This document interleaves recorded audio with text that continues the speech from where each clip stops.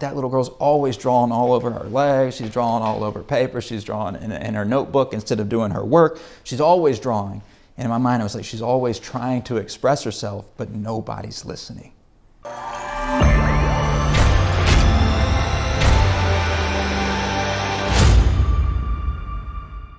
But you have a smiley face on your hand. Yeah. Where did that come from? This came from a student at a school. Cool story. We do these things called leadership breakouts where the kids break out into groups and they write down their challenges. And this one little girl was just not participating. She was sitting in the back of the room and she was writing all over her arms and her hands instead of the paper. So I went over there and I was like, hey, you want to write some of this down on the page? Because I saw what she was writing on her hands and it was like, I'm ugly, nobody likes me, loner, all these things. And so I was like, hey, you want to write some of this down on the paper? And she just grabs my hand, bro, and she just starts drawing on my hand. And I just let her, she's just drawing away. She draws this little smiley face, and then around it, she starts saying all these other negative things. She starts writing negative things like she was on herself.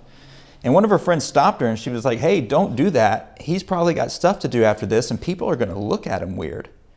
And she stopped, and she goes, that's how it feels to be me.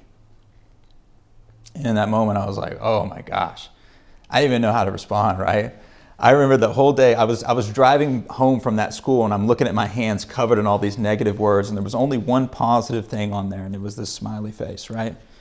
And so I went to the tattoo shop and I had them make this tattoo and it was a reminder because even when I was driving away in the car and I looked down at my hands, I did have places to go after that.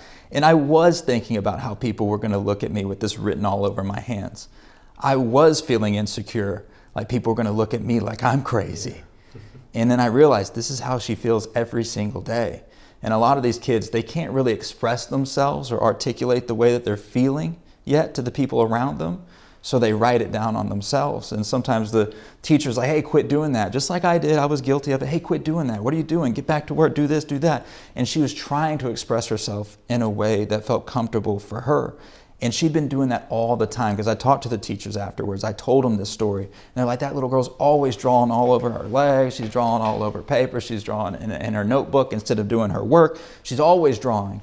And in my mind, I was like, she's always trying to express herself, but nobody's listening. And so I put this down on my hand just for a daily reminder, especially when I'm holding the microphone in my hand and I'm on a stage and I look down at this. It reminds me of that little girl and it reminds me how every single student in this audience has their own unique way of expressing themselves.